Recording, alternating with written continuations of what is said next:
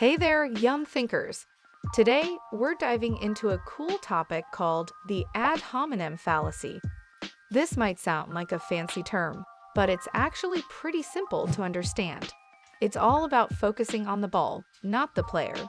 Let me explain what that means. Imagine you're in a class debate about whether the school day should start later. Your friend Alex brings up some great points about how more sleep could help students do better in school. Instead of discussing his idea, someone says, Alex just wants more sleep because he's lazy and bad at school. That's an ad hominem attack. They're trying to knock down Alex's argument by knocking down Alex. Why is this a problem? It's not relevant. Whether Alex is sleepy or not doesn't actually connect to whether his idea is good. It diverts the argument.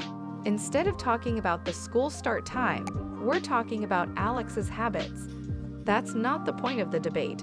It's unfair. It's about attacking someone's character instead of discussing their ideas.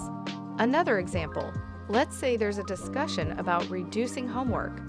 Sarah argues, we shouldn't listen to Joe because he just hates homework. Again, that's an ad hominem fallacy.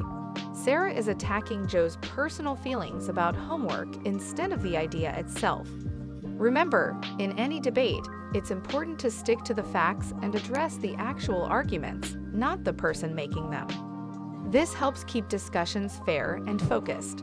So next time you're in a debate, watch out for those ad hominem fallacies and keep it about the ideas, not the people. Thanks for watching, everyone.